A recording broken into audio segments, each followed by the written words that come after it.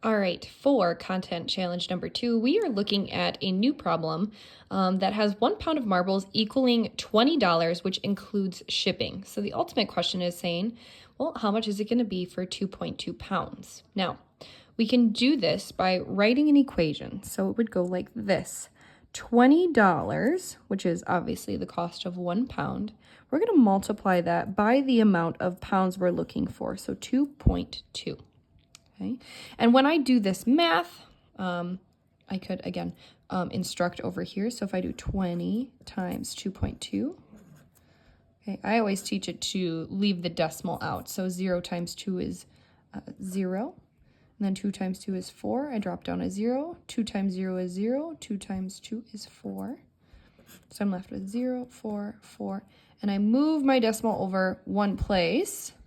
So I'm left with the whole number 44. So I go back up and I know that $44 is going to be the cost of 2.2 pounds.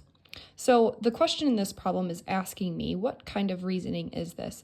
Well, this is actually a type of proportional reasoning that is using arithmetic, because multiplication is, again, a form of that proportional reasoning, but also allows students to use the arithmetic skill of multiplication to solve this problem.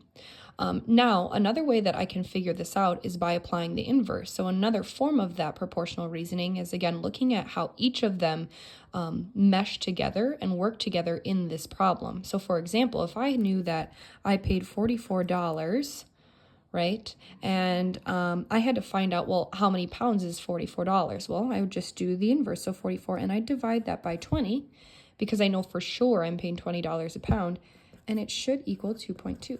Well, it does. Okay, so it does work both ways. Let's say that I was solving for X, and I didn't know how many pounds was $44. So if I said, how many pounds would I pay $44 for? Or how many pounds of marbles would I pay $44 for? Okay, then that's when you would go back and you'd be able to use that 44 divided by 20, because the problem tells you, right? And then ultimately get your 2.2 pounds.